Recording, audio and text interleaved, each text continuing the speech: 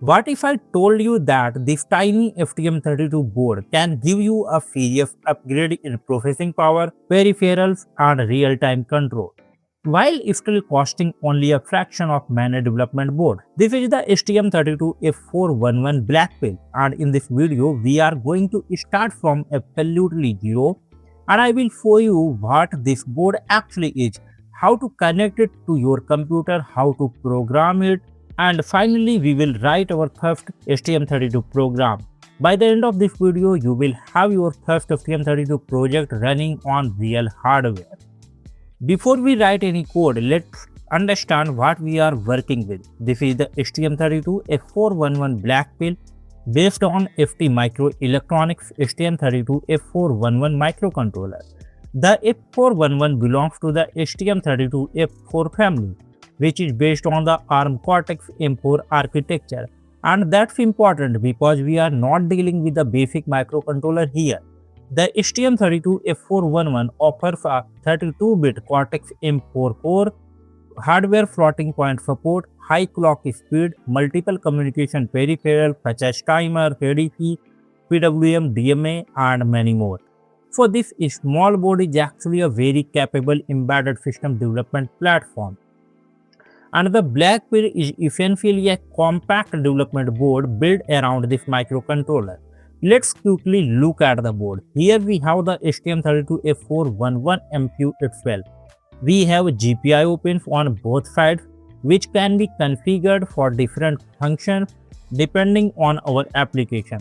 We also have interfaces such as UART, I2C, and SPI communication, along with analog inputs, timers, and PWM capable pins.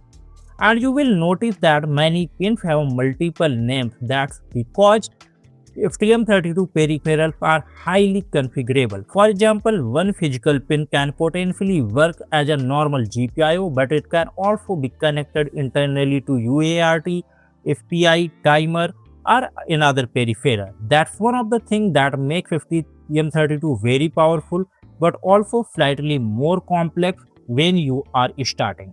For today's project, we don't need a complicated setup. You will need STM32F411 Black Pill and a ST-Link programmer that you have a USB cable and a computer. For the first project, we are going to use the onboard LED, so there is no need for an external LED or breadboard, but if you want to use an external LED, you can configure it. One important point, the Black Pill doesn't behave like a typical USB development board in every setup. Depending on your particular Black Pill version and configuration, you may need an external programmer or USB to UART interface to upload your firmware. For this tutorial, we will use the reliable approach of programming it through an external programmer. I have a ST-Link V2 programmer, so I am using this. Now let's move to the software. For STM32 development, one of the most useful tools to get familiar with is STM32CubeIDE. It combines the project configuration tools, code editors, compiler, debugger, and programming workflow in a single environment. This is especially useful because STM32 development is not only about writing C code.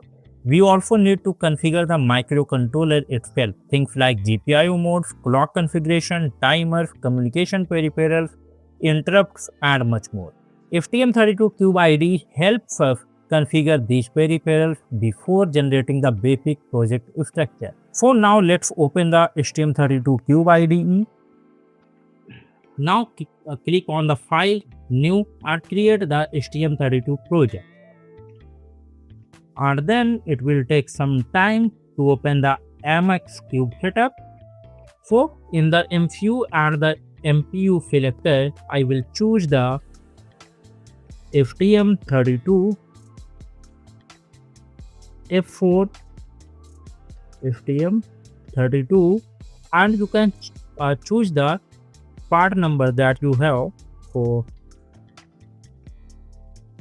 CEU6, so I'm choosing this, and then choose it on here, and then click on the next button and give the project name. So I'm giving it LED project, and then click on the next button, and here you can leave it and click on the next button, And now this is where we configure the hardware. For today's project, we don't need anything complicated. We are only going to configure one GPIO pin for the LED. And now you can see the pin out view of your STM32F411 IC. And now go to the system core and go to the shift option and enable the serial wire. And now you can see PA14 and PA13 pin is enabled for the serial wire. So now we can program it. And other than, now we need to identify which GPIO is connected to the onboard LED on your particular Black Pill board. This is important because Black Pill boards from different manufacturers can have different board layouts and LED connection. So don't blindly assume the LED pin from a random tutorial. Check the systematic or documentation for your specific board. Once you have identified the LED GPIO, configure that pin as a GPIO output.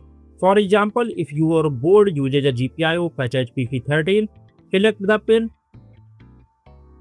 and click on the GPIO output. Then save the configuration, Ctrl F, and click on the F button. Do you want to generate code? Yes, I want to generate code. And then click on the perspective mode. And now here you can see the main.c file. And in the main.c file you can see the user code end while and user code begin. So here you have to write the LED blink sketch. And here in the while loop I am using a HAL GPIO toggle pin function. So if your LED is active low, the behavior will be reverb. Meaning if your LED is low, it will be high, and if it is high, it will be low. That's completely normal. The important thing to understand here, STM32 HAL function. So we are using the HAL hardware abstraction layer provided by ST. Instead of directly manipulating GPIO register power itself, we are using a higher level API to control the pin, and HAL delay 1000 millisecond delay means 1 second delay.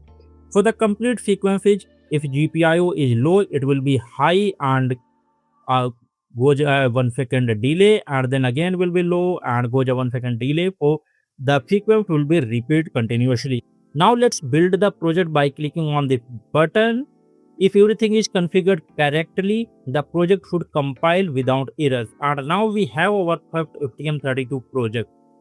But we are not done yet. We still need to get this firmware onto the microcontroller.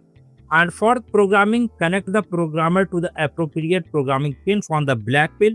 Typically, you will work with the FWD interface. So in the FT-Link VT, you will be see FWDIO, FWCLK, ground pins, and the 3.3 volt and 5 volt pin. So, and the appropriate target voltage connection. Make sure your wiring matches the documentation for your programmer and board. And this is one habit I strongly recommend. Always verify the pinout before powering the board. A few seconds of checking can save you a lot of debugging later. Now let's snap the firmware by clicking on the button, run the project, and now click on the OK button. Now you see build finished, 0 errors and the 0 warning, and it is waiting for debugger connection. So I have already connected it, and now you see download verified successfully. So if I will show you, my LED will be going to blink. So now you can see the LED will be blink in every 1 second. So I have successfully completed the LED blink sketch in our Black Pill board. I am using a ST-Link VT, as you can see, and there we go, our LED is blinking. It may look like a very simple project, and technically it is, but this is actually the first step into the STM32 ecosystem. We have already gone through the complete development cycle: configure the MCU, generate the project, write the firmware, compile it, program the microcontroller, and finally run the firmware on real hardware. And this is where things start getting interesting because blinking an LED is not the goal. It's just our starting point. In the upcoming STM32 tutorials, we will go much deeper into the microcontroller. We will work with GPIO, interrupts, timers, PWM, ADC, UART, I2C, SPI, DMA, and eventually we will start building complete embedded system around the STM32. We will also move beyond basic HAL functions and understand what is actually happening inside the microcontroller. So if you want to properly learn STM32 development from the fundamentals, make sure you follow this series. And that's it for the first STM32 project. We looked the STM32F411 Black Pill, created our first project, configured a GPIO, programmed the microcontroller, and made our first LED blink. If this video helped you get started with STM32, make sure to like the video and subscribe. And in the next video, we will take the next step and start understanding STM32 GPIO programming in much more detail. I will see you in the next one.